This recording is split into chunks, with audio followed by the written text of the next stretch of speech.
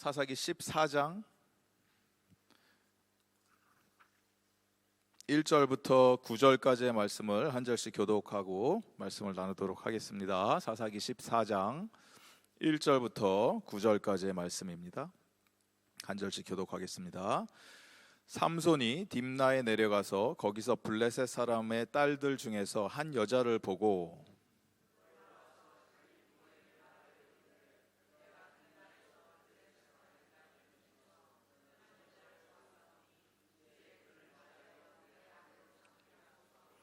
그의 부모가 그에게 이르되 내 형제들의 딸들 중에나 내 백성 중에 어찌 여자가 없어서 내가 할례 받지 아니한 블레셋 사람에게 가서 아내를 맞으려 하느냐 하니 삼손이 그의 아버지에게 이르되 내가 그 여자를 좋아하오니 나를 위하여 그 여자를 데려오소서 하니라.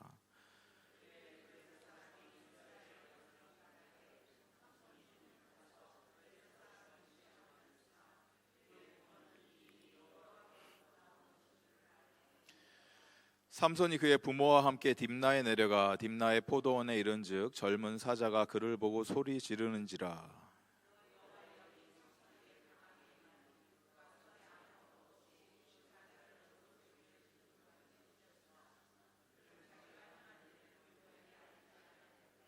그가 내려가서 그 여자와 말하니 그 여자가 삼손의 눈에 들었더라.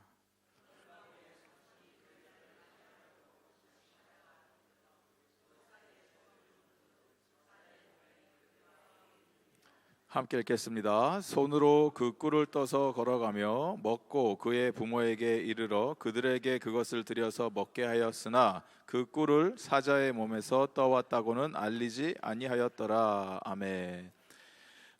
가지고 계신 성경책 사사기 계속 펴주시고 말씀을 함께 나누도록 하겠습니다. 삼손은 사사기에 나오는 마지막 사사입니다. 12명의 사사가 등장하는데 그 이후에도 사무엘이 등장하고 하지만 사사기에 나오는 사사는 삼손이 마지막 사사로 사사기에 쓰여져 있습니다. 사사기의 특징을 우리가 살펴보았는데 이스라엘 백성들이 하나님 앞에서 범죄를 하였고 하나님이 여러 민족들을 통해서 이스라엘 백성을 징계하고 치시기 시작하니까 이스라엘 백성들이 하나님께 부르짖었더니 구원을 해 주시기 위해서 사사들을 세우셨는데 얼마 지나지 않아서 다시 그들이 섬겼던 우상들에게 돌아가고 그들이 좋아했던 일을 다시 하는 이 악순환이 계속해서 반복되었던 일들이 바로 사사기에 기록되어 있었던 그 이야기인데 그 사이클이 계속 돌면서 상황이 조금씩 나아지는 것이 아니고 날이 가면 갈수록 점점 더 악해졌다라는 것입니다.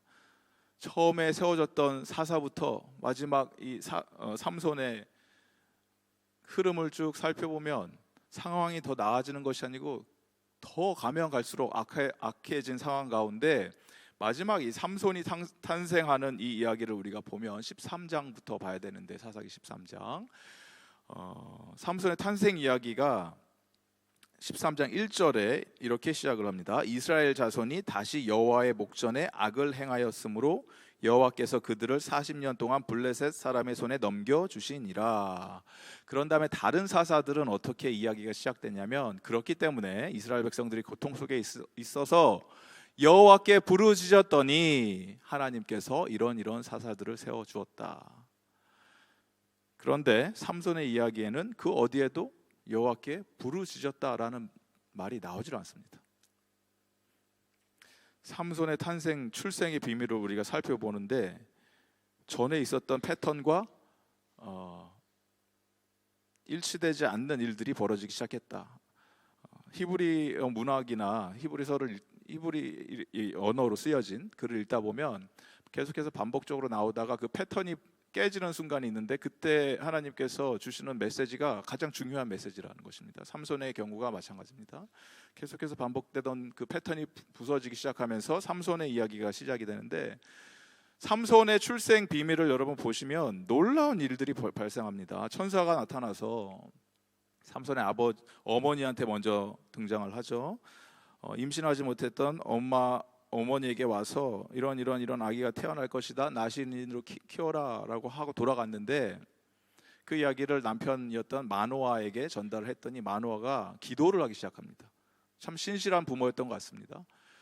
어떻게 키워야 될지를 모르기 때문에 도와주십시오 이런 기도를 한 거죠, 여호와께. 그랬더니 다시 나타납니다, 천사가.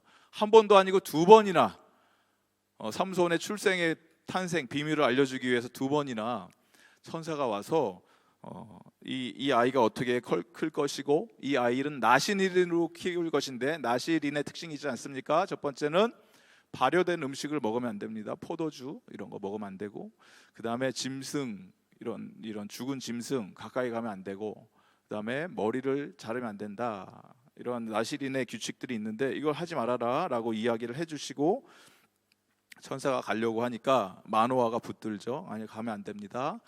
식사하고 가셔야죠. 그런데 나는 밥 안 먹는다. 이제 천사가 무슨 밥을 먹습니까? 그러면서 하는 얘기가 하나님께 예배드려라, 하나님께 제물로 드려라. 그랬더니 그 제물을 드리니까 이게 불이 내려와서 다 없어지고, 그러면서 이제 깨닫게 됩니다. 이게 하나님의 천사였구나. 우리는 큰일 났다. 하나님을 보게 되었다. 하나님을 보는 순간 어떻게 됩니까? 죽었다. 이제 이렇게 반응이 나오는 거죠, 마노아가. 그랬더니 아내가 좀 더 성숙했던 것 같습니다. 아이고, 죽기는 왜 죽습니까? 죽이려면 하나님이 일찍이 죽였겠죠. 하나님이 이렇게 얘기하죠. 그의 아내가 그에게 이르되 여호와께서 우리를 죽이려 하셨더라면 우리 손에서 번제와 소제를 받지 아니하셨을 것이다. 이 모든 일을 보이지 아니하셨을 것이며 이제 이런 말씀도 우리에게 이르지 아니하셨으리라 하였더라. 그리고 나서 아내가 그 여인이 아들을 낳음에 그의 이름을 삼손이라 하니라. 그 아이가 자라매 여호와께서 그에게 복을 주시더니 삼손이 탄생을 합니다. 천사가 등장을 해서 이런 아이가 태어날 것이다 라고 이야기하는 성경의 본문이 세 군데 나오는데, 첫 번째 우리가 잘 아는 예수님, 마리아에게 나타나서 요셉에게 나타나서 천사가 이야기를 하죠. 이런 아이가 태어났다. 그리고 또 한 명이 세례 요한, 엘리사벳과 사가랴에게 등장해서 천사가 그 아이의 탄생에 대해서 이야기를 해주죠. 그리고 삼손의 부모가 그 천사를 만나게 되고 그 자신의 아이가 어떻게 태어날지에 대해서 천사가 탄생을 얘기해주는 놀라운 일들이 성경에 기록이 되었다라는 거예요. 그러면 우리는 당장 기대하기에 어마어마한 인물이 이제 등장하겠구나. 예수님과 버금가는 세례 요한과 비슷한 나시린 삼손의 등장이 일어납니다.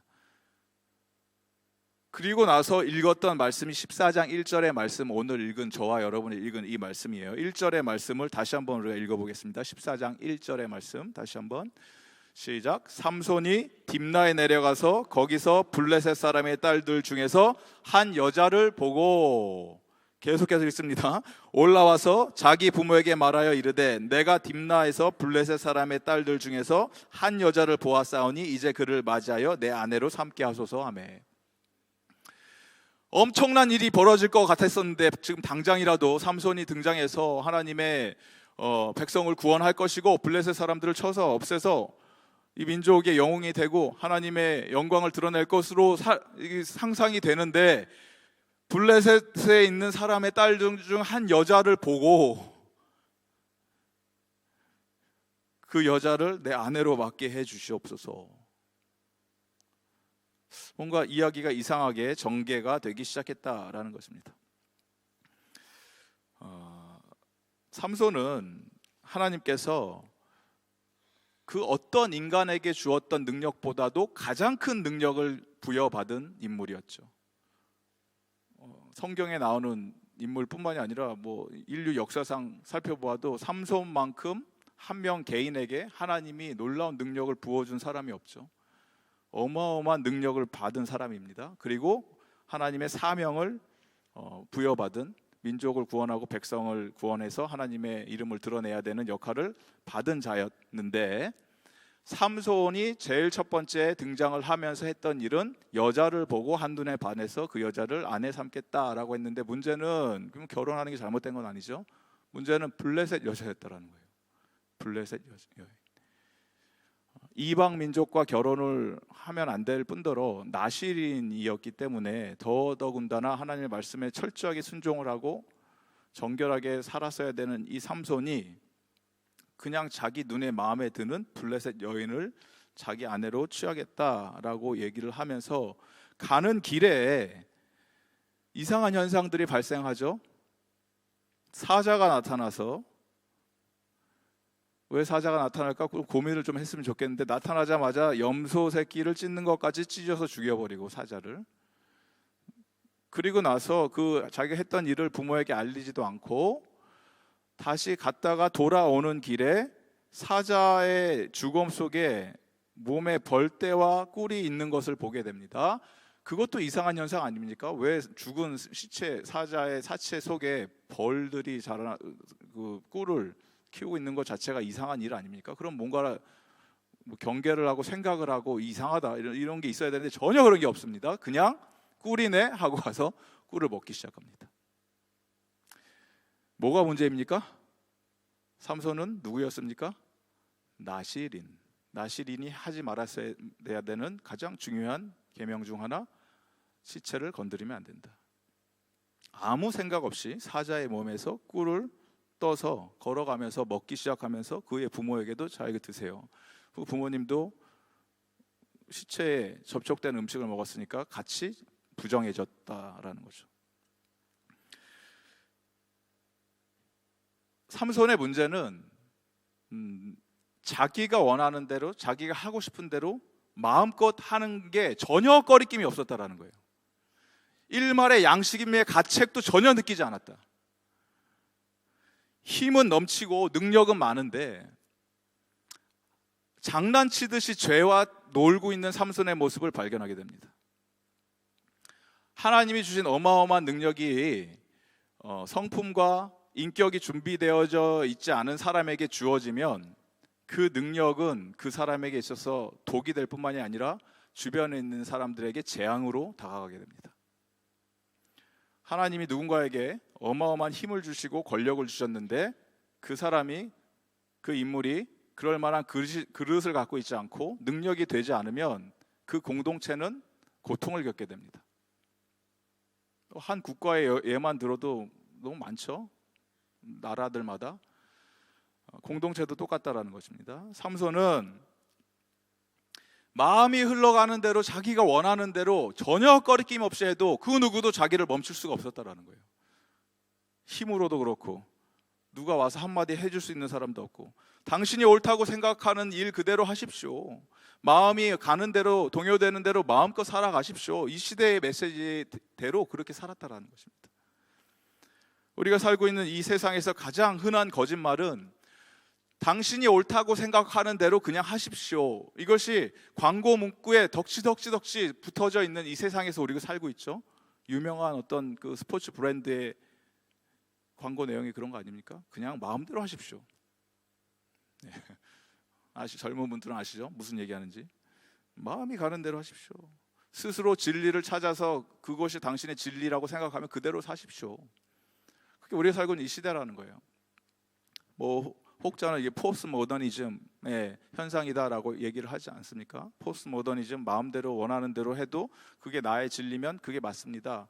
문제는 너도 나도 내가 포스트 모더니즘에 살면서 이게 맞는 거라고 생각을 하면서 살다 보니까 저와 여러분이 사는 이 시대는 포스트 모더니즘 아닙니다. 포스트 모더니즘이면 기독교인이 박해를 받으면 안 돼요. 우리의 믿음대로 살 때 우리의 믿음이 걸림돌이 되면 안 돼요. 다른 사람들에게 있어서.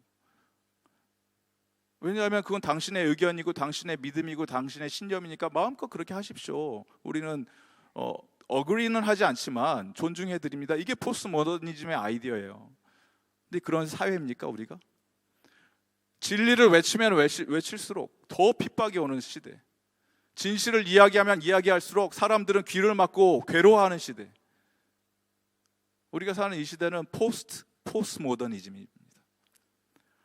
더 극단화로 변화되어지는 이 시대에 우리가 살고 있다는 거예요.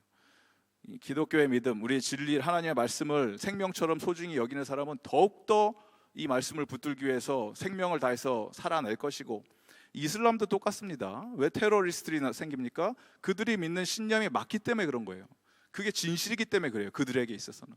그래서 더욱더 극단적으로 변했다는 것입니다. 세상도 마찬가지입니다. 세상이 말하는 자기네들의 그 신념과 아이디올로지가 맞기 때문에 더욱더 그것을 붙들고 더 극단화가 되고 있다는 것입니다.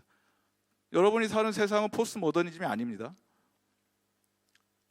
진리를 붙들면 붙들수록 핍박이 더 강해질 것이고 결국은 죽음에까지 이르는 그 시대가 이미 찾아왔다라는 것입니다. 삼손이 살았던 이 시대는, 이 시대야말로 포스트 모더니즘이죠. 그때 이스라엘 왕이 없었기 때문에 자기의 소견이 옳은 대로 행하였더라. 이게 이 포스트 모더니즘의 특징 아닙니까? 삼손이 살았던 시대, 마음이 가는 그대로 행하였더라. 힘도 있고 능력도 있고 내가 원하는 대로 하는데 누가 나한테 뭐라고 해 하면서 살았다라는 것입니다. 죄하고도 죄를 죄인지 뻔히 알면서 이것이 마치 장난치듯이 썸 타듯이, 젊은 사람들 표현대로 이 정도까지 가면 죄인 줄 알지만 그래도 이 정도는 내가 즐길 수 있어. 어떻게 하면 내가 세상과 조금이라도 더 가까이 가면서 그래도 일말의 양심은 남아있어서 믿는 자기 때문에 여기까지만 넘어가면 죄이지만 내가 여기 선에 서 있으면 괜찮을 것 같아 라고 하면서 죄와 장난질을 하고 있다는 거예요. 많은 사람들이, 그리스도인들이. 어떻게 하면 내가 하나님의 사랑에 더 빠져서 하나님 더 붙들고 하나님 사랑합니다, 어떻게 하면 내가 당신의 나라를 위해서, 영광을 위해서, 하나님의 거룩함을 위해서 살아갈 수 있겠습니까? 라고 발버둥 치는 게 아니라 어떻게 하면 조금이라도 더 즐기려고 세상을, 그런 자에게 무슨 하나님의 영광이 드러나고 능력이 나타나고 거룩함이 나타나겠습니까?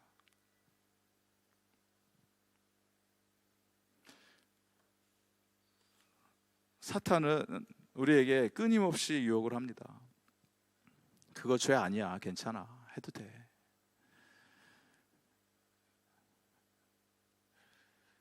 삼손의 모습을 통해서 우리가 보는 것은 어떤 힘이 셌던 이스라엘의 영웅을 보는 것이 아니고 이스라엘의 축소판의 모습 있는 그대로를 삼손을 통해서 보게 됩니다. 하나님이 이스라엘이라는 민족, 아무런 능력도 없고 비참하고 힘없던 이 민족을 애굽 땅에서부터 건져내 주셔서 하나님의 고귀하고 아름답고 놀라운 제사장의 나라로 세워주셔서 온 세상과 민족과 열방을 구원하기 위해서 이스라엘을 통해서 온 열방의 제사장의 민족으로 세워주셨음에도 불구하고, 놀라운 능력과 은혜를 부어주셨음에도 불구하고 이들 앞에, 눈앞에 펼쳐져 있는 적과 꿀이 말 그대로 흐르는 그 땅 앞에서 그 눈에 보이는 좋은 것들만 따기 위해서, 근데 가만히 살펴보니까 우상을 숭배하고 이방신을 섬기면 그것들이 우리에게 더 풍요롭게 오는 것처럼 보이기 때문에 그걸 그대로 따라갔다는 거예요. 그 민족들 그대로. 약속의 땅에 들어가서 그 땅을 정복하고 다스리고 통치하고 모든 이방인들을 밀어냈어야 되는데 여전히 블레셋 사람들이 남아있고 미디안 사람들이 남아있고 여전히 그 땅 가운데 모압과 에돔의 잔재들이 남아있고, 힘이 없어서 그들을 쳐서 없애지 못한 것이 아니고 너무 좋아 보이기 때문에 이 정도쯤 하면 되지 않았겠어, 내가 이만큼 내가 예수님을 따르고 믿었으면, 이 정도 신앙생활을 했으면 나머지 것들은 하나님이 어느 정도 눈 감아 주실 거 아니야. 그렇게 살았다라는 거예요. 그리고 그것이 삼손의 모습이었고 이스라엘의 모습이었고 그것이 저와 여러분, 우리의 자화상이라는 것입니다. 삼손은 부르짖지도 않았는데 하나님께, 하나님의 영이 임할 때마다 전설적인 전투력을 발휘해서 좀 있을 수가 없는 일들을 하죠. 나귀 뼈를 집어서 1000명을 때려잡기 시작합니다, 블레셋 사람들을. 그런데 이게 어떤 거룩한 동기로 했던 것이 아니고 하나님의 나라를 확장하기 위해서 했던 것이 아니고 자기 분에 이기지 못해갖고 너무너무 화가 나서 복수하기 위해서 피를 흘리는 모습을 보고 복수혈전이 벌어지는 상황 속에서 자기가 처음에 사랑했던 아까 그 딥나 자매 그 여인은 동네 사람들에 의해서 끌려가서 화형을 당해서 죽게 됩니다. 그러니 삼손이 화가 나서 홧김에 그 사람들을 쳐서 죽이기 시작하고 여우의 꼬리에 불을 붙여서 블레셋 사람들의 논밭을 태우기 시작하고, 그러다 보니 블레셋 사람들이 너무너무 화가 나서 삼손은 못 치겠고 그 근방에 있었던 유다를 공격하기 시작합니다. 유다 지방으로 가서 군사들을 이끌고 나가니까 유다 사람들은 거기 맞서 싸웠던 것이 아니고 블레셋이 너무나 강력하니까, 철기 문명이 앞서가는 나라니까 싸우면 안 되겠다 생각하고 무슨 일을 합니까? 삼손을 잡아서 넘겨줍니다. 우리랑 싸우지 말고, 자, 너희들이 원하는 삼손 여기 있다. 그래서 삼손을 묶어서 블레셋 사람들이 넘겨줬다는 거예요. 그리고 삼손은 장난하듯이 묶여서 가는 척 하다가 또 하나님의 영이 임하니까 다 풀어 헤치고 다 죽이기 시작하고. 여러분, 우리에게 힘이 있다라는 것이 무서운 것입니다. 하나님이 저와 여러분에게 어떤 능력을 부어주셨다는 것, 두려운 일입니다. 책임이 동반되지 않는 은사는 재앙입니다. 하나님이 여러분 각자, 저와 여러분에게 많은 은사를 부어주셨는데 어떤 분에겐 그것이 재물이 될 수도 있습니다. 대부분은 아니죠, 재물이.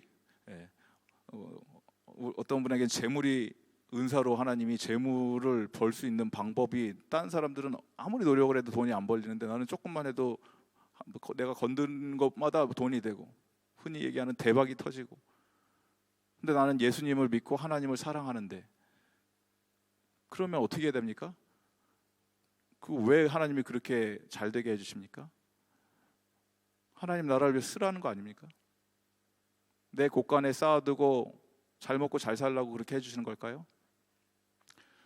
어떤 사람에게는 삼손과 같은 힘을 더해 주셔서, 누구는 그냥 조금만 일을 해도, 조금만 어디 청소를 해도 힘이 붙여갖고 쓰러지고 코피 흘리고 어려워서 아무 일도 못 하는데, 누워야 되는데, 어떤 사람은 온 집안을 다 청소를 하고 깨끗하게 해도 전혀 피곤하지가 않아요. 힘이 막 흘러넘쳐요. 남들보다 2배가 되는, 3배가 되는 체력을 허락해 주신 그런 사람들도 있죠. 그러면 뭡니까? 그걸 사용하라는 거 아닙니까? 하나님께서 은사로. 각자 각양각색대로 하나님께서 우리에게 주신 은사가 있고 힘이 있고 능력이 있는데, 하나님의 나라를 위해서 고민하지 않고 내가 원하는 대로 나의 것만을 추구하면서 나의 유익만을 위해서 사용을 하면 아무에게도 도움이 안 된다는 거예요. 궁극적으로 하나님 나라를 조금도 세워나가지 못하고 오히려 그것 때문에 내가 걸림돌이 돼서 넘어지게 된다. 그게 하나님 우리에게 주신 은사라는 것입니다. 삼손의 이름은 햇빛과 같은 자라는 뜻이라고 합니다. 햇빛, 해가 비치는, 밝게 떠오르는, 이스라엘에 드디어 해가 비치고 이스라엘 민족을 구원할 것이다.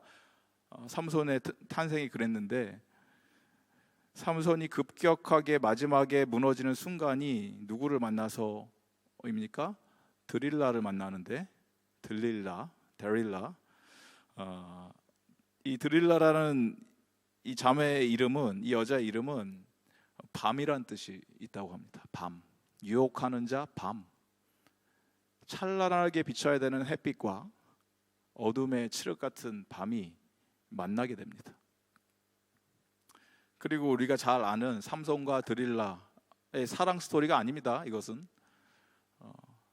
하나님의 거룩한 백성과 사탄의 유혹이 같이 맞물려서 콜래보레이션을 이루어서 어떻게 하나님의 백성이 무너지는지 정확하게 보여주는 장면이,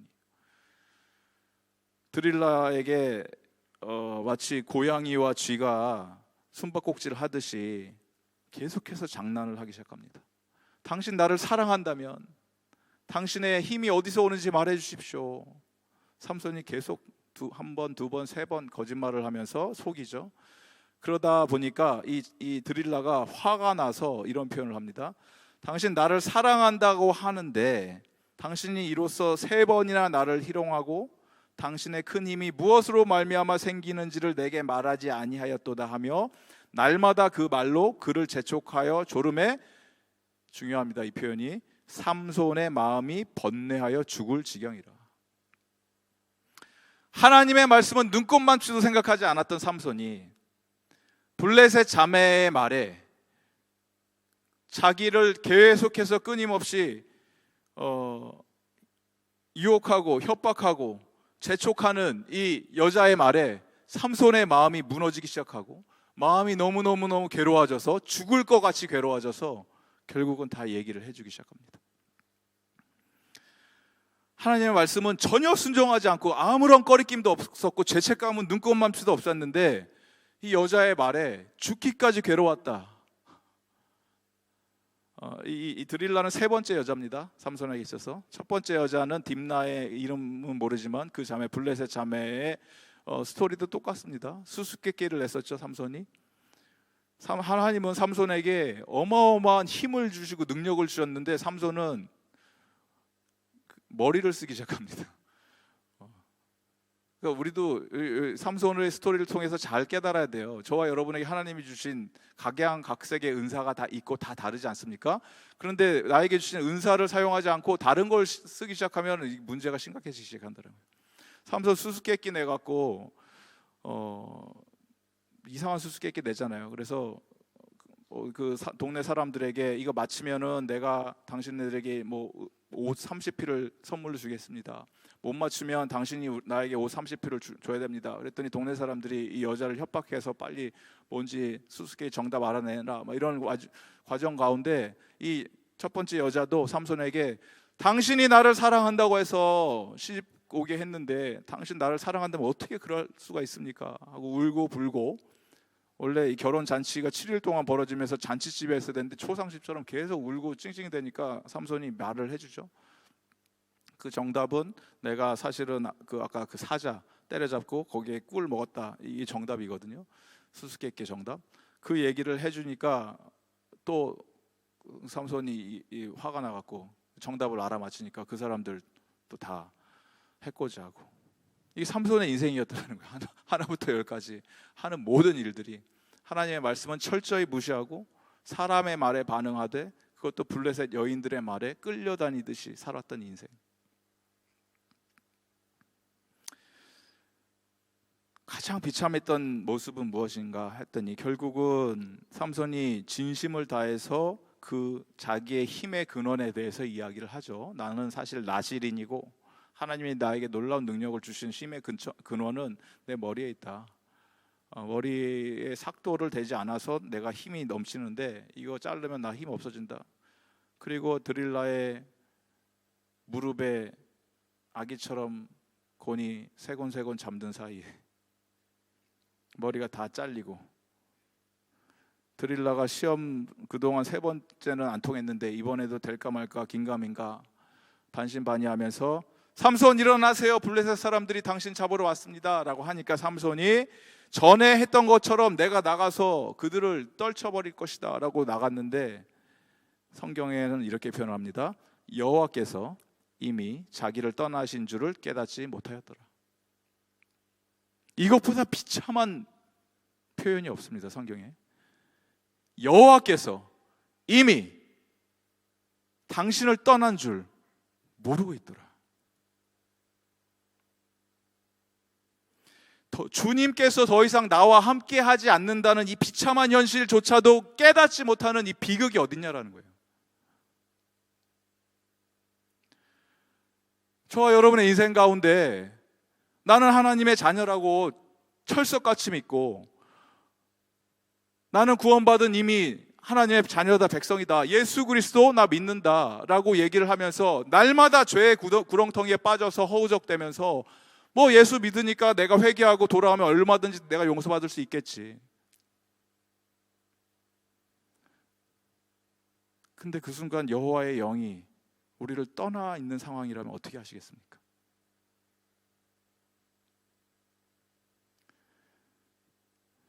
죄하고는 장난치는 것이 아닙니다, 여러분.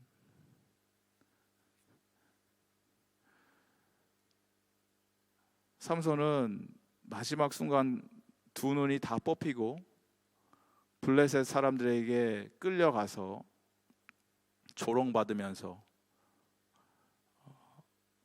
그들의 오락거리의 장난감으로 전락을 한 상황 가운데 그때야 비로소 여호와의 이름을 부르짖기 시작합니다. 그 마지막 순간에 두 눈이 다 뽑히고 조롱받기 위해서 재주를 부리게 하자 하고 삼손을 불러냈는데 삼손이 그 기둥 사이에 가서 이런 기도를 하죠. 하나님께.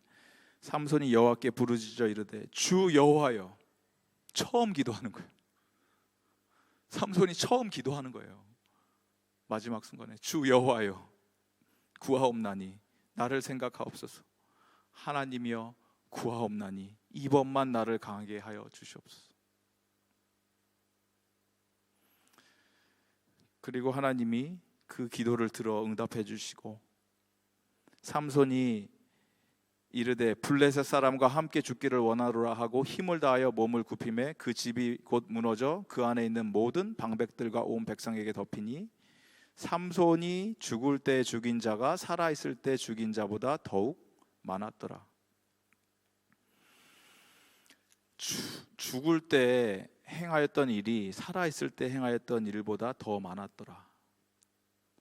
누구보다 가장 탁월한 능력을 받았던 삼손이, 누구보다 고귀한 소명을 받았던 삼손이 살아생전에는 아무 일도 제대로 한 것이 없다가 마지막 죽을 때 하나님을 위해서 더 많은 것을 성취했다. 이게 자랑거리입니까, 여러분? 저와 여러분의 인생의 마지막 순간에 우리가 죽을 때 하나님을 위해서 더 많이 했다라고 묘비에 기록되기를 원하십니까? 아니면 살아있는 매 순간마다 하나님만을 위해서 살았던 하나님의 사람 아무개라고 기록되기를 원하십니까?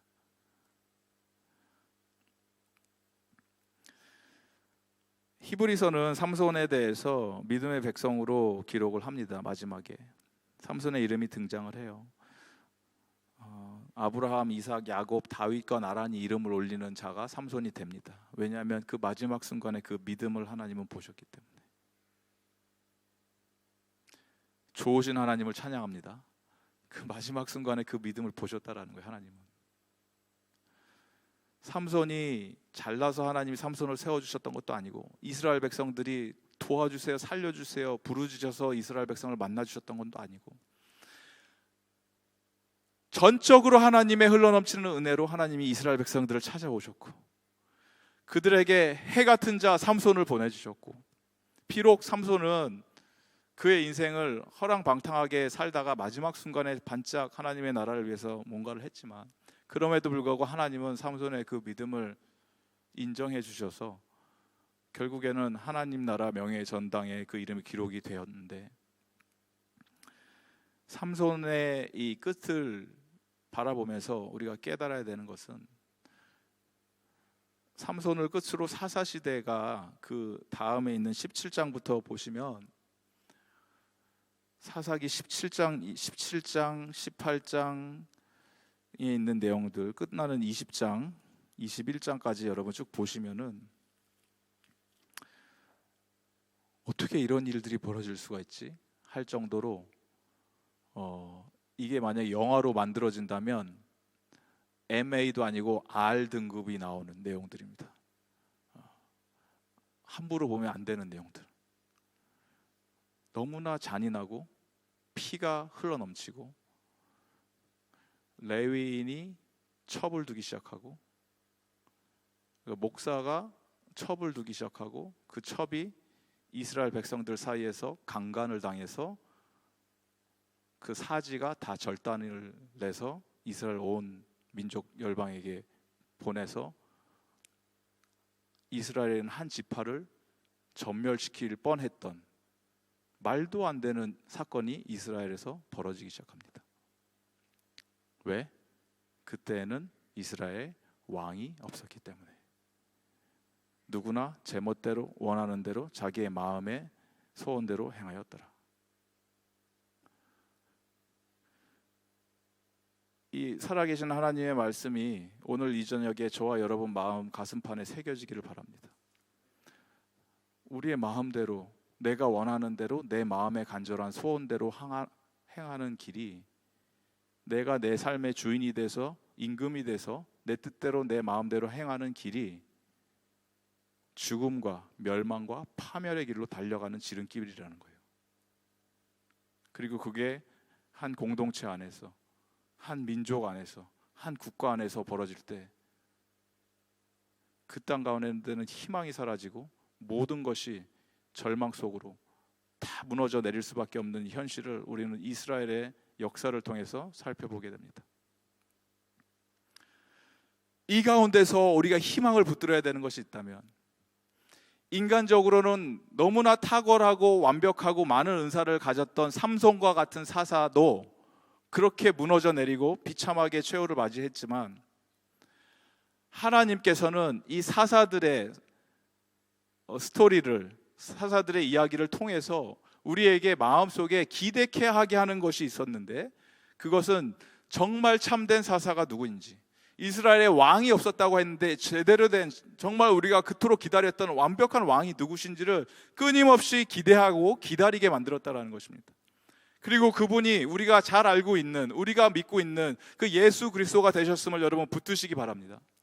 우리의 완벽한 사사가 되어주셔서 그 누구보다도 가장 강력한 힘이 있으셨고 능력이 있으셨고 권리가 있으셨던 예수님께서는 그 자신의 힘을 자신의 마음대로 사용하신 것이 아니고 철저하게 하나님의 뜻에 자기의 삶을 복종시키시면서